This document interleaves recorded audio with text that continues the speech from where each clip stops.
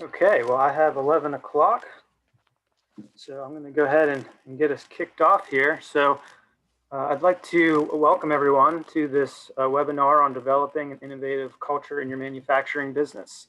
My name is Greg Caesar, and I'm going to be the host for the session today. So like I said, before we kick off the session, I'd like to take a quick look here at our trivia question. So what percentage of manufacturers say establishing an innovative culture is a challenge for them? So I saw a couple of responses here in our chat, and not surprising here, some pretty high guesses, a 90%, 100%, 85% here. So yeah, I think everyone thinks it's a challenge. Actually, according to a PricewaterhouseCoopers survey of manufacturers, 45% say establishing this culture is a major challenge for them. So maybe not 100%, but it's a pretty big challenge. And in fact, if you look at the other top reported challenges in innovation from that survey, innovative culture and establishing that is one of the top four challenges they face, along with retaining innovative talent, taking their innovative ideas to market quickly, establishing the right metrics to measure innovation. Those are the top four reported challenges on the innovation side. So, and I think what you're going to hear today is that establishing that culture is something that influences all of these other challenges you face with innovation in your business. So with that, I just wanted to cover a couple of housekeeping tips and suggestions here before we get started. When you joined the webinar, your microphones and camera were automatically muted and turned off, but you can submit questions at any time using the Q&A function. And then at the end of the session, we're going to have a Q&A period where we will go through and answer any of the questions you've thought up during the material presentation. And then after the webinar, if you have follow-up questions, you can send them to our PennTAP email at penntap@psu.edu. This webinar is being recorded, so it will be available at our website there, penntap.psu.edu/events. And then for all the attendees, you'll receive a follow-up email with a link to the recording of today's session. So I'm going to go ahead and introduce our presenters today. So again, my name is Greg Caesar, and I am a technical advisor for PennTAP. My role is to help build and manage relationships between Penn State and entrepreneurs, startups, and small and mid-sized companies throughout the state. I'll talk a little bit more in detail about all the ways that PennTAP can help you build your business and build those relationships with the university here in a little bit. But right now I want to introduce our featured guest speaker, Dr. Shawn Clark from Penn State's Smeal College of Business. Dr. Clark is the director of the Farrell Center for Corporate Innovation and Entrepreneurship at Penn State. Dr. Clark teaches courses in corporate innovation, entrepreneurship, business planning, strategic management, project management, and business transformation consulting. He's consulted with and helped manage projects for companies such as IBM, Lockheed Martin, Oracle, Ford, Disney, that's just to name a few. And in addition to careers in consulting and academia, Dr. Clark also filled a variety of production and management roles in businesses and founded several technology startups. So we're very excited to have Dr. Clark here with us today and learn more about how we can develop our innovative culture in our organizations. So real quick, our agenda. So Dr. Clark is going to be discussing how we build that innovation culture in our business and what that looks like. And then I will return and talk a little bit more about PennTAP and how we can help your business identify no-cost and low-cost ways to improve. And then finally, at the end, we're going to have a question and answer period. So with that, I am now happy to welcome Dr. Clark. Again, thank you for being here with us today. And I think we can all say we're excited to learn more about how our organizations can begin to develop our innovative culture. So Dr. Clark, please go ahead and take it away.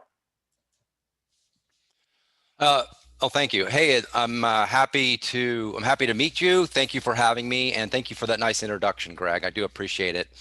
I'm going to talk about corporate culture and its relationship to innovation. there's a lot to this. We have a lot less than an hour. I'm going to move fairly quickly, so at least some time for us to talk.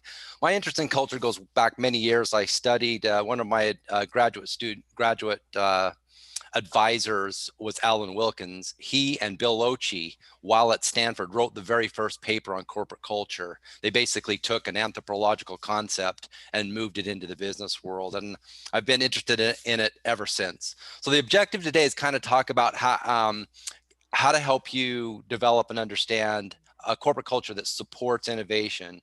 This is a broad topic. Some people have called culture like a parking garage for all kinds of ideas and concepts, and it is relatively holistic, and in that sense, it can get rather complicated. But I'll try to simplify it and boil it down for you.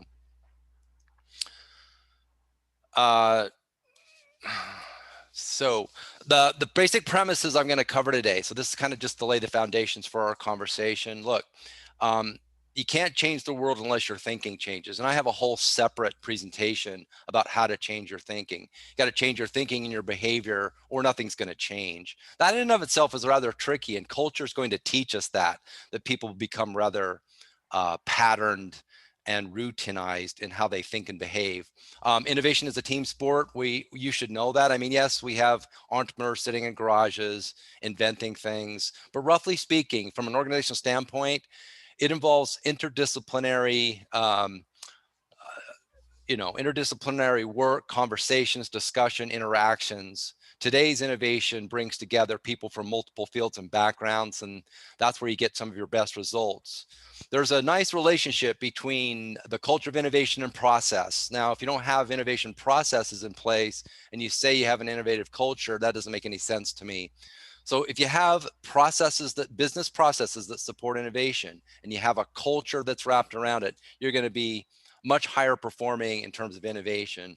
Of course, entrepreneurship teaches us that innovation is human-centric. Today, we listen to customers, we solicit their input, we create prototypes for them to react to.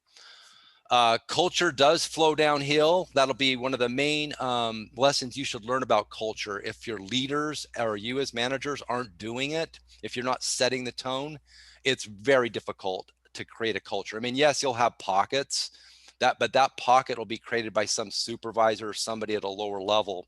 But if your executives don't walk the talk, there's not a lot of hope for having an innovative culture. Everyone is responsible for innovation, including a janitor. It isn't just the responsibility of R&D, in my opinion, and anything can be a target of innovation. We typically refer to products as the focus of innovation, when in fact it could be strategy, business model, channels, how we define customer segments, strategies. Anything can be a topic of conversation. All right, having a little trouble moving these slides along. Hey, Greg, can you move? Yeah, can you? There we go. Maybe, Greg, I'm gonna have to have you move the slides. They're not moving for me. So let's start out. What is the basic, what is corporate culture? We're not gonna have this conversation if we don't understand what corporate culture is. And I will say this: over time, your behaviors and the way you do business, what you believe, what you think, in most organizations, as is the case in most families and societies and tribes, behavior, thinking, and beliefs and values tend to converge, and as they converge, they become cultural. So these concepts of institutionalization, socialization, and enculturation are actually real. It's somewhat like the bandwagon effect. Over time, when the same group of people hang out together, their behaviors and their beliefs begin to conform and standardize. Now, that's actually a good thing. You're in manufacturing, so standardization and thinking, being on the same page has a lot of upside. There are a lot of positive benefits. But over time, when you want creativity and everybody started to think alike and look alike and behave alike and manage alike, that becomes problematic. In fact, culture is such that many aspects of it you become blind to. It is a form of blindness in that sense.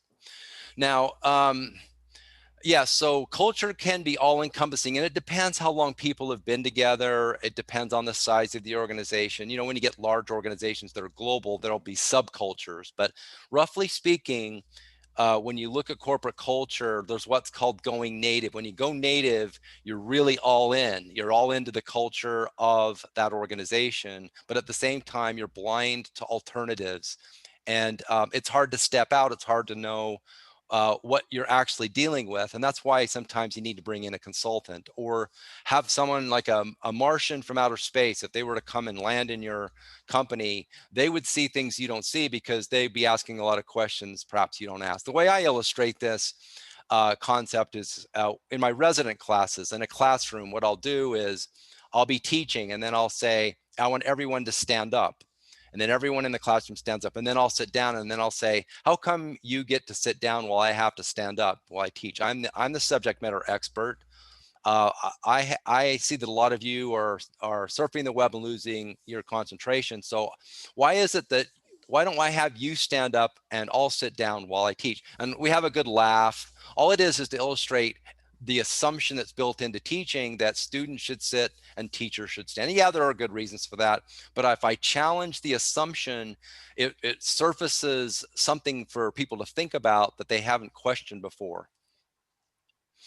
Now, in defining culture, there are a variety of definitions. And like I said, there's a lot that goes into the definition of what culture is. I tend to use this model from Edgar Schein. Edgar Schein is a scholar from MIT, and he wrote books about leadership and culture many years ago. In fact, he's elaborated on this model somewhat. But you can see that culture has both a visible manifestation and an invisible manifestation. This is what makes it interesting, but also tricky. So the invisible manifestation of culture is that, in fact, there are beliefs and values and philosophies and assumptions. And the assumptions are those areas that we take for granted about, for example, what business you're in. There might be an assumption that you're in a certain type of business. And that assumption, if questioned or studied or investigated, could shift and open up possibilities for new products and services. But the manifestation of these kind of more invisible aspects of culture, and these are the hard ones to change down here, are the artifacts of culture, the structure of the building, what people wear, how people lead, and the behaviors. Those are all critical. Edgar Schein came along later and he said, look, there's really three layers to culture. There are the artifacts, they're the things that you can see. There's the espoused beliefs, like what organizations say they represent in their culture. And then there's the kind of the core beliefs, or what is assumed, which is below the surface. Right. So there's just be aware that the culture is very holistic. And so when you say, I want to get involved with culture change, you've got you've got a tall order ahead of you. You've got to change not only the artifacts, which are easier to change, but also shift the values and beliefs of the people in your organization.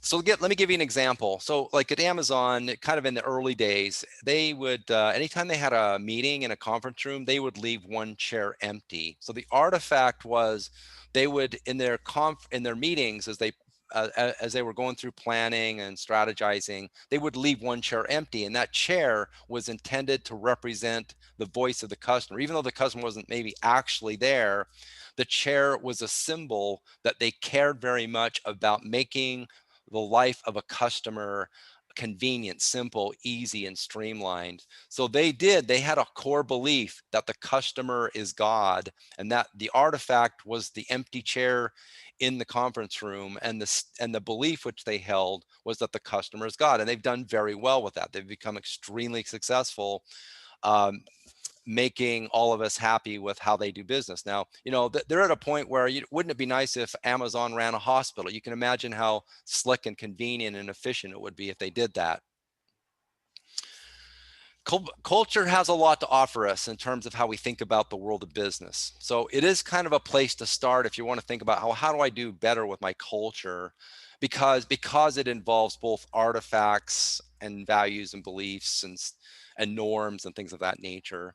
And so it heightens our awareness that some of the things that are going on are actually rooted in culture, both functional and dysfunctional. I'm about to share with you some of the dysfunctional side of culture. It's not like all of this is great stuff. You can really have really bad cultures as well as good cultures. And we realize too in culture that one thing affects another. How leaders behave really affects what people believe. And there's a lot of examples of things like that. It's hard to see what culture actually is. It's hard to define sometimes. Sometimes you need an outsider to help you figure this out. And it implies sometimes that some of the causes of the things that you see might be actually rooted in culture. And there are things we'll talk about. I'll get more specific about this. So what shapes and influences corporate culture?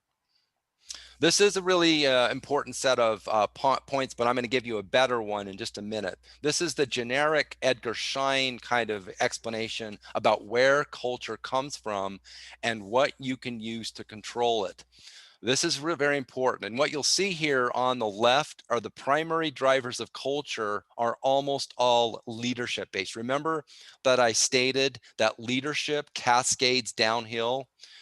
It cascades from leadership. Well, it actually does. So what leaders pay attention to and measure drives culture. And you're in manufacturing. If you're in manufacturing and all you pay attention to is the quantity of something being manufactured and don't pay as much attention to quality, then you'll get what you pay attention to.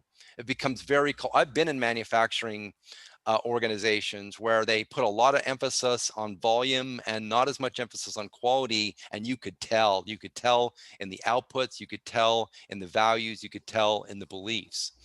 How leaders react to critical incidents and crisis, that says a lot. I mean, we've had crises at Penn State and it told us a lot about our administrators. How you model, teach, and coach, that says a lot, and that's cascades down. This is a very critical one. How you allocate rewards, who you reward, will signal to other people in the organization about what you value. Then over here are the secondary drivers. The secondary drivers are the design of the organization, systems and procedures you may have, how the building is laid out. Very, very, very common. It's interesting. You think, well, what does architecture have to do with culture? Well, let me give you an example. There's a manufacturing company out west that I became aware of, and they manufactured metal pipe. And what they did is they decided to they outgrew their current building and they built a new facility, and it was shaped like an hourglass. So on one side of the hourglass was where all the managers and administrators, and it was all carpeted and beautiful and air conditioning. And then they had a hallway which connected to another building, which was where production was housed. And then they had a sign up over the one side that said, because they had carpet, and they said, hourly workers are not permitted in this side of the in this side of the building. Now, tell me that isn't cultural. So what they basically did is they architected a two-class system, kind of like the upper class and the lower class, and it created all kinds of tensions between management and labor, and on and on and on. Yes, architecture can even affect culture and be a reflection of culture, for example. Okay, moving along. Now, I said that culture can have both good and bad sides to it, and that culture is a lot like personality. It's like the personality of the organization. There are good personalities and bad personalities. Just in case, just so you know that corporate culture is both a tool and a barrier. And so we do know from research that corporate culture can take on the same traits as bad people. They can be toxic. I've been in toxic cultures where you were afraid of being stabbed in the back and you didn't trust people. I've been in schizophrenic cultures where they say one thing to the public, but they're another thing in private, or they have multiple personalities that are really not very integrated. And predatory. Amazon has a little bit of a predatory corporate culture. Jeff Bezos actually explained early in his leadership that Amazon was like a cheetah and everyone else out there was the gazelle, and they were going to just gobble up whatever they could. And they've essentially done that very well. So we want to kind of avoid going down the pathway of having a corporate culture that's one of these dysfunctional personalities. And we've all been there. I mean, I could go through this and I could name organizations where I experienced kind of even a criminal culture. There are places where there's corruption embedded in the organization. It's very quiet, but it goes on and it's accepted, and people look the other way. And we hear about that all the time on the news. Here's just a slide to illustrate that there are low trust and high trust cultures. Now, if we're talking innovation, you want a culture of innovation, you'll go very you won't go very far if you have a low trust culture where there's anxiety or resentment or your managers are too controlling. A high trust culture is where we tend to see the most entrepreneurship and the most entrepreneurial behavior. It's because it's open and people are candid and there's enthusiasm and there's a willingness to adapt and cooperation between different people in different departments. If I can say anything, I would love to see that you move towards a high trust culture, and I'm sure many of you already have that in place. In fact, I would just say that I had this consulting project down in Florida. This was when I was a consultant at IBM, just to show you how crazy it can be. We were brought in to solve some problems with turnover in the IT department. And based on our research and interviews over the course of several weeks, we came up with this, it's called the doom loop. And what was happening, we determined with our interactions in this company down in Florida, is that the MIS department, and specifically the MIS director, was being very um, limited in terms of communication, and he didn't want to share a lot because, and you'll see why. So he was withholding information. He was only sharing the minimum amount with the top executives, which made them suspicious, which generated low trust in the MIS department, and they therefore became more controlling. And as a result of them becoming more controlling, the MIS department became even more risk averse, and they withheld more information, which made the executives more suspicious, and they entered what was called the doom loop. And we had to step up as consultants and say, look, you've got to break out of this cycle because it's getting worse and worse and worse, and needed to turn this thing around. So yes, cultures can go south, if I may say. In sum, so corporate culture is capable of being, discouraging innovation or encouraging it, as you should probably already know. And this probably goes without saying. So let me continue to move on. So how can we build a culture that supports innovation? Now, some of the basic characteristics of an innovative culture, and this is the kind of vision you would want to hold in your mind, is if I want an organization that has these attributes, it should have some of these. This is kind of the high level, and I'll get into more detail about systems and strategies in just a minute. The common characteristics of innovative cultures, and you can find this probably online yourself, but they have strong leadership, but they tend to be flat. In other words, they're flat. What flat means is there are broad spans of control. So they have a lot of people, they give them latitude, they aren't overly managed, they aren't overly controlled, but there's some latitude and independence in the work that they do and the thinking that they do. There is a tolerance for failure. I've been in places where failure, you got yelled at, you got screamed at, you got called on the carpet. That isn't where you tend to see creativity and innovation flourish. So do you have a business where tolerance is somewhat tolerated? And in some organizations that do innovation, they celebrate failure, believe it or not. But at the same time, I'm not saying it's like a free-for-all, but you should be disciplined in how you go about innovation, and be willing to experiment, but have processes that are designed to help manage that experimentation, making it safe for people, allowing people to be candid. There are a lot of organizations where you just can't say what you think. You just wouldn't go over well. And there's a lot of collaboration that goes on. Okay, so anyway, moving on. One of the things you can do to build an innovative culture is, we know this about culture, is uh, one way to control culture is you recruit, hire, promote, and excommunicate people so that you have the best culture possible. In other words, recruit and hire people that have an entrepreneurial side to them. That's one way to.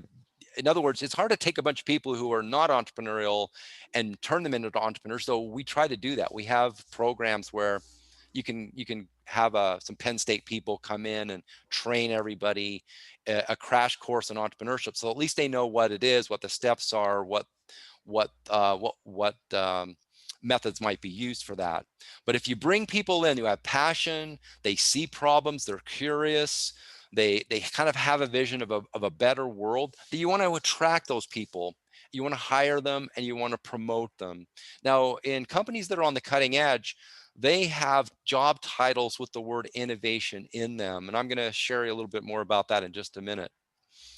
Um, get creative problem solvers, or at least know who they are. People who take risks. There are plenty of people who are risk averse, and they're not going to be your innovators. And maybe you don't need everybody to be a risk taker and an innovator, but like I said, the more people who, wherever they are in the organization, with whatever they're doing, whatever their role or responsibility is, I'm sure there's areas for innovation and improvement. And I don't always like to say improvement is different than innovation. Sometimes you just need to be constantly improving.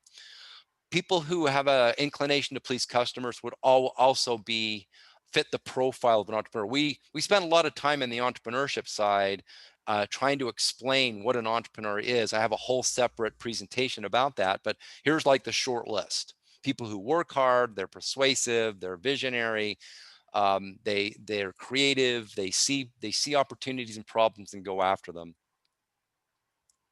Now, I put a red star on this slide because this is that, remember that Edgar Schein slide I showed you with the primary drivers and the secondary? Well, here's a slide that's fitted specifically to innovation.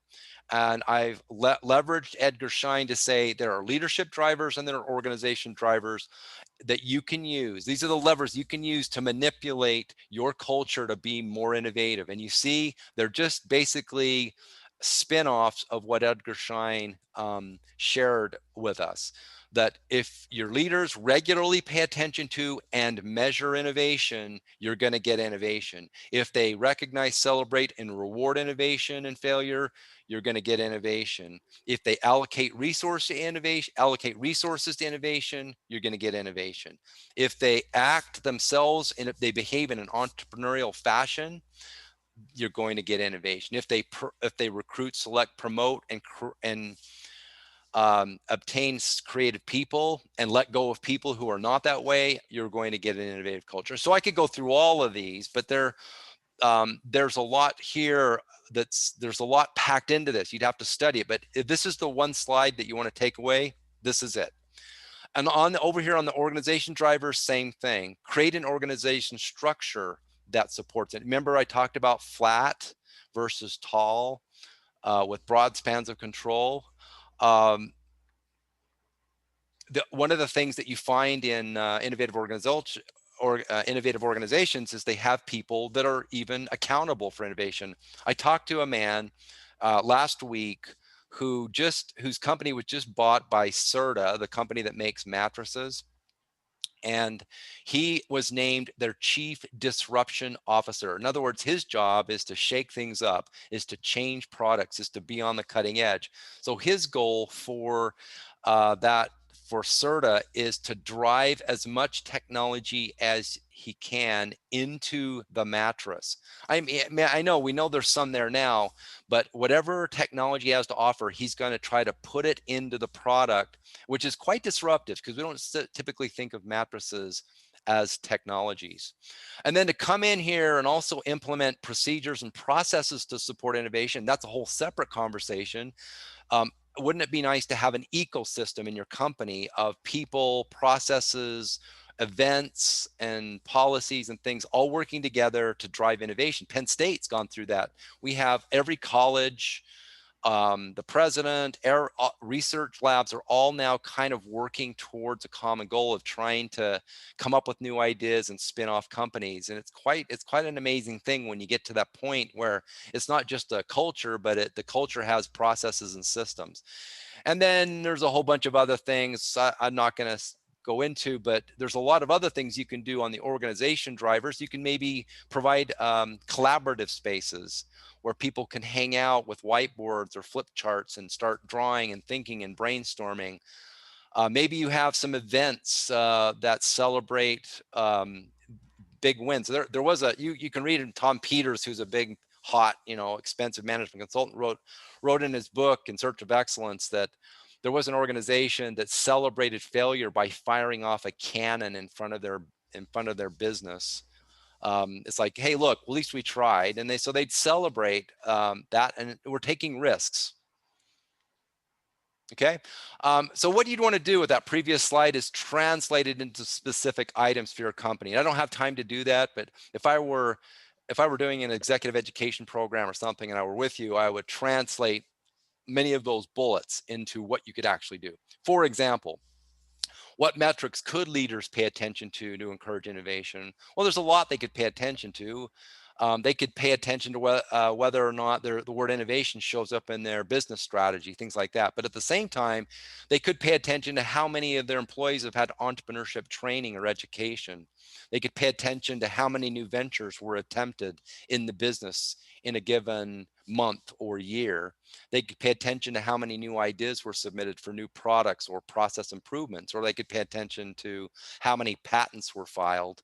All right. Now, if I had a top executive focused on those specific issues, you can see how the people below would like get tuned in very quickly to the fact that innovation was a priority in the business. That's just an example of just one of those things that I mentioned. Now I'm going to just throw out some examples. You may think that they don't apply to you, but they're actually, this is what top companies are doing. And I'm just giving you like little snapshots, like Adobe. Okay. Adobe has these what are called kickboxes, and any employee can apply for a kickbox. And the kickbox comes with some entrepreneurship training. It's like how we do innovation at Adobe. It includes a checklist for what you have to do to launch a new product. And they give, with that kickbox comes a $1,000 debit card, like, good luck, go buy whatever you need to support your product development efforts. Really very cool, very simple, one-shot deal that employees can apply for. Spotify is an example of a company that celebrates failure. So they have a whiteboard and it's called a fail wall. And when somebody attempts an innovation and fails, they put a post-it on the board and they celebrate it. But at the same time, they sit and they look at that project and try to figure out what they can learn from it. What did they do wrong? What did they do right? These are very small things, but very powerful as well. This company here on the left, they all they do is just try to, they're driving. Remember I said innovation is a team sport? They have this roulette wheel. And what it does is it pairs people together that are from unrelated departments, just so they can get together, have lunch, and talk about ideas about how to make the company better and what could be done to create new products and services. So in other words, they're reinforcing networking across boundaries so that you have these interdisciplinary conversations. SurveyMonkey does a little bit of the same thing. They have what are called these CEO skip level meetings, where the CEO and other executives will skip levels and go down and have lunch and meetings with people in their company just to find out what's going on that may be interesting or creative. So those are the little things that can actually have a big impact in your company if you wanted to try some new things out. Now, I'm going to kind of leave you with some questions that you can ask if you wanted to, like, if rather than hire $300 per hour management consultant, I can give you the list of questions that they would ask either by interview or survey to assess the innovation maturity of your business today. And these are the kinds of questions that you would ask. So, well, anyway, before I get to the actual questions you would ask, here are the types of questions that you ask to surface and understand corporate culture in general. This is the generic list. These questions actually come from Alan Wilkins and Bill Ochi. Those are those two guys who wrote some of the first books and papers on corporate culture. All they did was they went to anthropology and they borrowed questions that anthropologists use to understand how tribes and societies operate. And so these questions are kind of interesting because they're very open-ended and they get people to talk. And I've actually done I've done some of these at Ford Motor Company and elsewhere.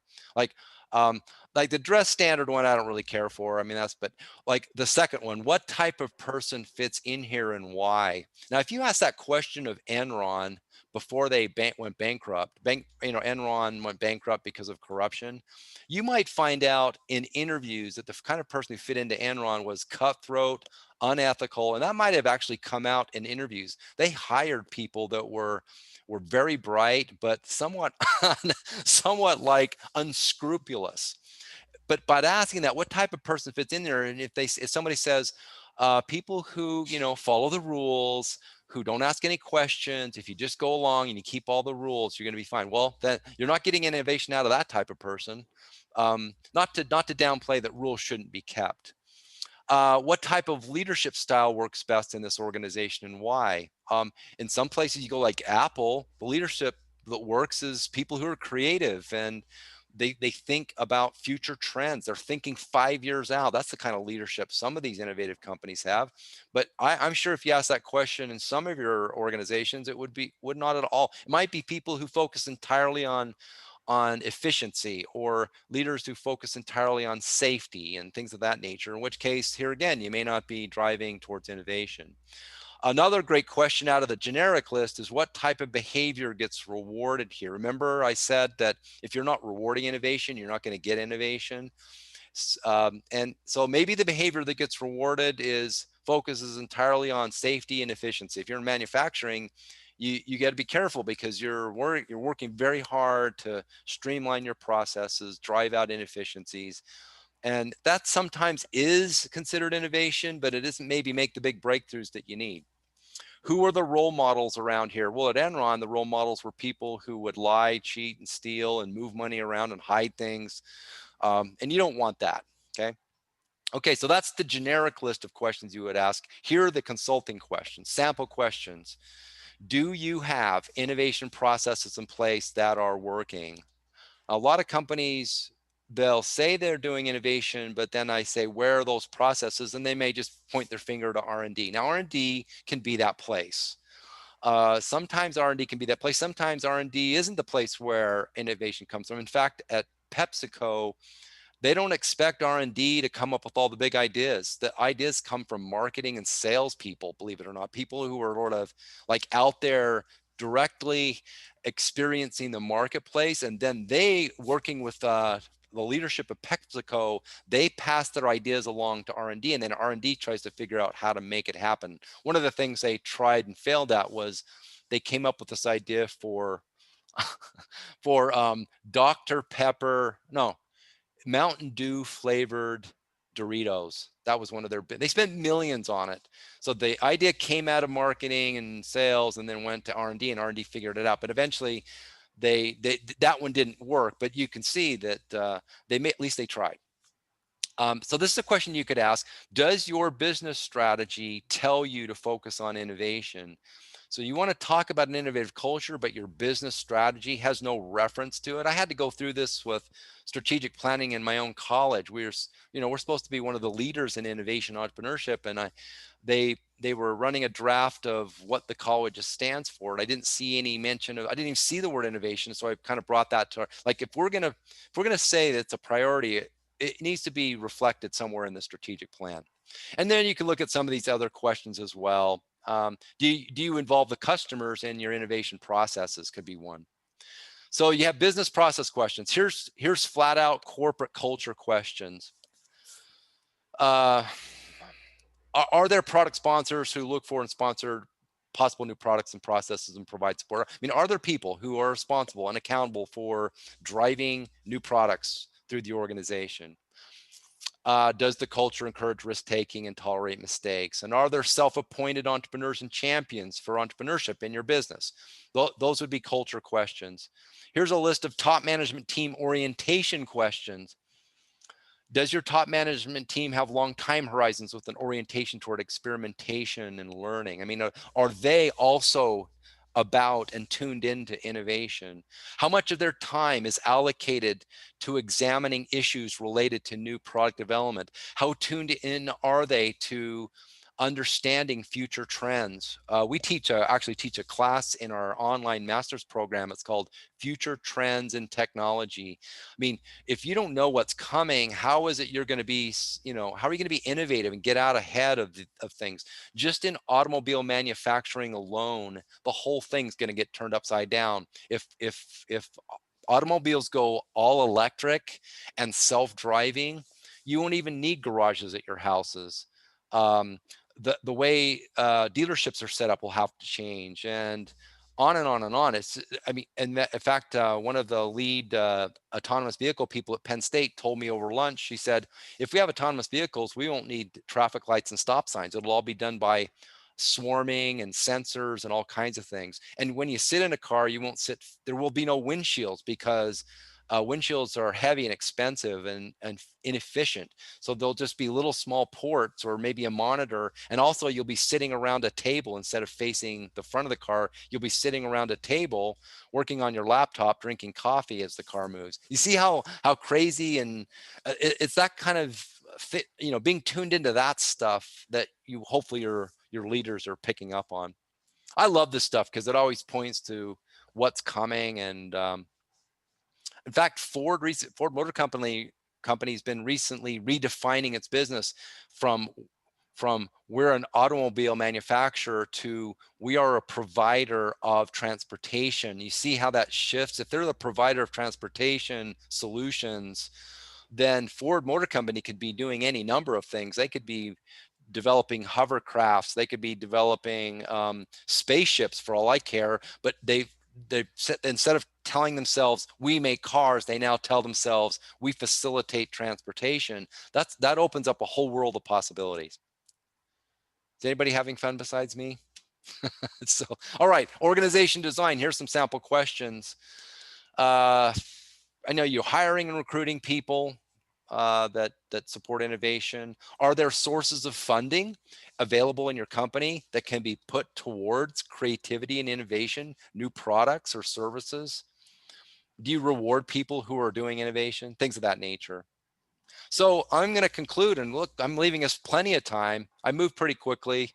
I'm going to conclude with what I started out with. You can't change the world by thinking and acting in the same old ways. It's just as simple as that. How you change your thinking is another topic of conversation, but it can be done in a variety of ways. One way to do it is to simply reframe what business that you are in. If you know, if you are in a certain type of business, you keep telling yourself, like the railroad companies was another classic example. The railroad companies, by the way, I'm in Pennsylvania. We were home to one of the world's largest and most successful corporations, Pennsylvania Railroad. Well, where is Pennsylvania Railroad today? Well, you can see them in a couple of museums. One of them is in Altoona. That's where Pennsylvania Railroad is today. Well, what happened? Well, if you asked railroad executives in the 50s and 60s what business they were in, they would tell you we're in the railroad business. And if you ask them again, they'd say we're in the railroad business. They didn't do what Ford Motor Company did and say we're in the transportation business. Had they done that, they wouldn't have been run out of business by freeways and trucking and airplanes and shipping and everything else that came along. They should have told themselves they were in the business of transportation. Then they'd have Pennsylvania Airline and Pennsylvania UPS and Pennsylvania this and Pennsylvania Pennsylvania Railroad bicycles. So changing and redefining what you do and what business you're in can be one of those steps. Innovation is a team sport. It involves bringing together people from multiple disciplines. We know this. It makes sense. There's a company out in California called IDEO, and IDEO, all they do as a consulting firm is companies bring their big problems to, and they hand them off to IDEO, and IDEO assembles a psychologist, an engineer, a marketing person, and a designer, and they all sit in a room and they come up with these amazing solutions. Well, the reason they're so successful is they draw upon different perspectives in creating they just recently redesigned a shopping cart. They looked at shopping carts and they came up with this whole new design because they looked at it from a psychology perspective, from a design perspective, from an engineering perspective, from a customer perspective, and so forth. The culture of innovation is as important as the process of innovation. My advice to you is to get processes in place that support innovation. It will help drive your culture towards innovation. Innovation should be human-centric, meaning it does involve people. And today there's a lot of emphasis on human technology interfaces, and those shouldn't be underestimated. Culture tends to flow downhill. It begins with leadership primarily, and then moves down through the organization. So if you want to start your organization culture, build around innovation, then you need to change the behavior and the thinking of your top leaders. Anyone can be responsible for innovation, including janitors. That's just my opinion. There's improvement. I have an exercise in one of my classes. It's called pain spotting. All students do is they go out and they find pain and inconvenience in the world, or things that drive you crazy, or that create discomfort, and those are opportunities for innovation. Every day I drive my car in and I have a big load of stuff like groceries or uh, some gear, camping gear, and I need to get in my house. I think to myself, I get so tired of walking back and forth from my car to my house. Why isn't there something that just moves my stuff from my car to my house? And I know that then there may be something out there, but it's just like a pain point. At least I recognize it. Maybe someday I'll find a robotic system that can move stuff from my car to my kitchen, so I don't have to make 3 or 4 trips. Anything can be a target of innovation: strategy, process, product, service, market channel, business model, you name it. Policy, org design, all of those things can be targets of innovation, not just product, but many aspects. Now, what's the least sexy type of innovation usually is process innovation, because it's kind of back end. Not everybody gets to see it. The customers don't know it's there, but it's extremely powerful stuff. And if you're in manufacturing, then your process innovations could be amazingly helpful to you. And I'm going to end on that note, and thank you for listening, for being so attentive, and turn the time back over to Greg or whoever wants to ask questions. Yeah, thank you, Dr. Clark. That was a tremendous presentation there. I really love some of the things you hit on there. You know, especially even going back to the beginning about some of the real challenges in those invisible characteristics that you talked about, and how you can uncover some of those characteristics and things you can do by just putting together processes and asking the right questions that you kind of laid out there at the end. So thank you so much for joining us today. I did want to just give a brief talk on who PennTAP is, and some of the services we can provide and help your organizations out with. So PennTAP is a statewide technical assistance organization. We're charged with supporting Pennsylvania businesses and institutions, including manufacturers, municipalities, educational institutions, entrepreneurs, economic development agencies. We began over 50 years ago as one of the first technical assistance programs in the country. And then you can find us on the web at our website there, pentap.psu.edu. Just go over some of our staff's expertise. So we have a diverse staff with backgrounds in chemical engineering, electrical engineering, environmental science. Our staff includes certified energy auditor, certified energy managers, registered environmental auditor, renewable energy professional, and a Six Sigma Green Belt. And then we also utilize Penn State graduate students to work with us and assist us in doing assessments. And they also can bring new ideas from the classroom and things they're learning, and try to help bring those ideas out to our clients. And then so we work with our clients closely to understand their needs, provide direct technical assistance, and then we also work with you to find appropriate matches to resources within Penn State University, as well as across the state through our other statewide resource partners. So I'll go in a little bit more detail about those services here in a second. So we provide, like I said, services statewide to engage with your businesses and improve your operations, as well as drive your innovation. So PennTAP is really a great first point of contact when you're looking for assistance with your business challenges and ways to engage with the university. So we kind of have 2 pillars of service: our energy and environmental services, which offer direct technical assistance to companies to identify opportunities to reduce energy and pollution at your facility. And then we also have our innovation services, which we provide technical and entrepreneurial assistance to companies further in product development, process improvement, and process development, as well as identifying ways to assist companies and entrepreneurs with resources for growing your business. So we were able to connect you with our faculty, our staff, our students, our laboratories, and all the infrastructure available at Penn State to help you with your improving your business, and then also connect you with our economic development partners throughout the state. We provide on our energy side, we provide technical assistance through our team of advisors. So our advisors provide a variety of training in energy and environmental auditing services for manufacturers. So I'll just highlight a couple of those programs here quickly. Our building retuning program, which offers personnel involved with building operations a low-cost approach to improving energy efficiency.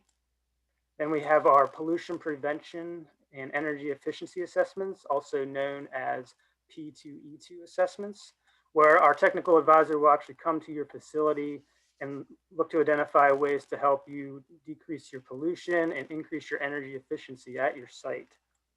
And then we also work with our partners at the industrial resource centers on assessments known as economy, energy, and environment, or E3, which takes that E2 assessment that we talked about and incorporates lean manufacturing tools into the process. And then finally have our energy management system services, which we work with your company to establish a framework to integrate energy efficiency into your existing management systems. So as part of these services, our advisors are always looking for opportunities to help your business identify ways to get funding through grants to help implement our energy efficiency projects that we recommend to you. And then now I'm just going to talk a little bit about how you can leverage PennTAP and our connections to Penn State University to assist your business. So we can identify low cost and no cost opportunities to engage with Penn State through our students, our faculties, and our facilities through various types of programs, including internships, classroom projects, and capstone projects, just to name a few here that I'll highlight. The Penn State College of Engineering Learning Factory is a great program. It's an undergraduate senior engineering capstone program where we have a team of 4 to 6 undergraduate engineering seniors from a wide variety of disciplines working together on an industry provided project over the course of a semester. So this provides a great opportunity for your company to further product development through concept and design and creation of prototypes or reports, creation of drawings, and then other kinds of technical deliverables for you. And PennTAP, we've had great success with our clients in this program. They've utilized this program to work on things like new production layouts and designing new tooling or for food manufacturing, prototyping surgical devices, creating value stream maps, even developing new software and data analysis. And we had a great project working on recommendations for ERP systems and how you go about implementing those kinds of systems. So there's a wide variety of projects we can support through the Learning Factory. And then we also help connect companies with internship opportunities. So we've helped connect companies for engineering disciplines, as well as things related to like business. For example, we've helped a small startup company get connected with an intern in marketing. An intern was able to set up their social media strategy, their advertising strategy, to help them kind of kick off some online platforms and drive interest in a new product line. And then finally, we have relationships with a lot of different faculty, both in the College of Engineering as well as in the other colleges, such as the Smeal College of Business with Dr. Clark. So we can help connect you with those faculty, as well as work with faculty on classroom projects. We do classroom projects like on Six Sigma, process improvement. We can also do projects related to like business model development, go-to-market strategies, online marketing. So all these different sort of resources that can help solve these different business problems that you're facing. And then finally, there's sometimes things that Penn State and PennTAP can't directly help with on our own, but we have a great relationship with all our different partners throughout the state. And so we'll be able to connect you with those partners like the small business development centers, the industrial resource centers, Ben Franklin technology partners, different workforce development organizations. So, PennTAP, like I said, can be a great first point of contact to identifying the resources that we can connect you to help grow your business. So real quick, our highlights from 2020, we helped 105 companies in 36 counties throughout PA to help save a total of $2.5 million. And then we mentioned the Learning Factory. We helped connect 24 different companies to the Learning Factory over the last year. Real quick before we conclude, I just wanted to hit on a couple of our upcoming webinars. On March 18th, we have a webinar on reducing food processing, energy, water, and waste. So in this webinar, we'll look at providing ideas and suggestions for food manufacturing facilities to reduce your energy, your water, your chemical usage, and operate more efficiently. And then in May, we have another webinar on focused on metal manufacturers and reducing your process waste and your energy waste. And so you can also visit our website, as I mentioned before, and just get a whole list of our webinars. You can sign up for our newsletter and look at all the upcoming news and events we've got going on there. So with that, I wanted to give everyone a chance to ask some questions here. So I'm going to go into our Q&A. If you have any questions, please jump in the Q&A or the chat and throw them in there, and we can ask those questions either of me or Dr. Clark. So we have one question here I'm just going to throw out. Looks like it for Dr. Clark. How do you get management support for culture change? Our managers only see to speak to dollars. How do you make the argument to put time and effort in, or say hire an innovation consultant? My advice would be not to use the word culture. we run into that when my consulting background. We had to find other labels for it other than culture. So you might, for example, make the case that what a business process that supports innovation could do and how it could benefit the company. So everything that you communicate to your top managers should have a business case wrapped around it. Not everyone buys into culture, communication, some of these more softer areas. Innovation isn't itself soft, but I also there are so many looming threats to the survival of manufacturing companies that I can't even tell you, and that awareness alone should lead managers to want to do more with innovation and sharing examples of what can be done. But you do have to tie it to dollars and cents. And I wouldn't try to tie culture to dollars and cents, even though you could go out and probably find some data. It's just too abstract. We use culture, and I present it because it is so holistic. So what within culture could you attack to make changes? Would it be the top management team orientation? Would it be on the process side? Would it be on the policy side? Would it be simply having an event to raise the awareness of the benefits of entrepreneurship?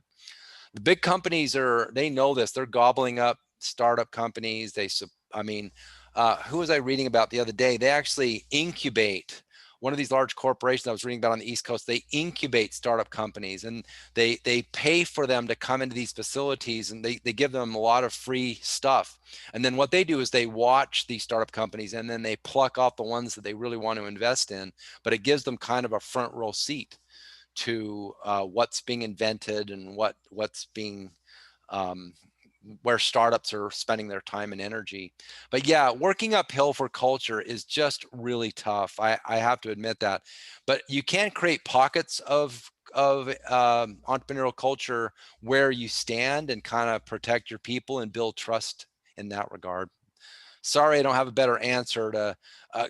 Even in the many years I've been in it, to try to get a top executive to go down a certain path if they don't feel the pain is pretty challenging.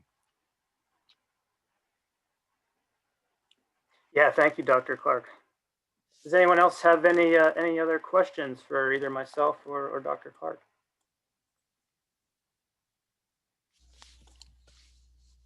Take a quick look here. If not, like I said, we will be sending out an email with a link to the presentation after this. But if there's no other questions, I'd like to thank you again, Dr. Clark, for joining us here today. Thank you. It's a pleasure. Yeah, so I know I learned a lot here, about how you establish that culture and try to continually innovate and recognize, culture is something that takes time to build. You mentioned those invisible characteristics. It can be tough to do that, but I think we got some good methods here, things to think about. So thank you again. And, I want to thank everyone else for joining us today, taking time out of your busy day to be with us here today. And again, if you have any questions that you think of after this, you want to reach out, feel free to contact me at my information there on the screen. And again, we'll be sending out an email with a link to the presentation. So thank you again for everyone joining us today, and I hope you have a good rest of your day. Thank you. Thank you.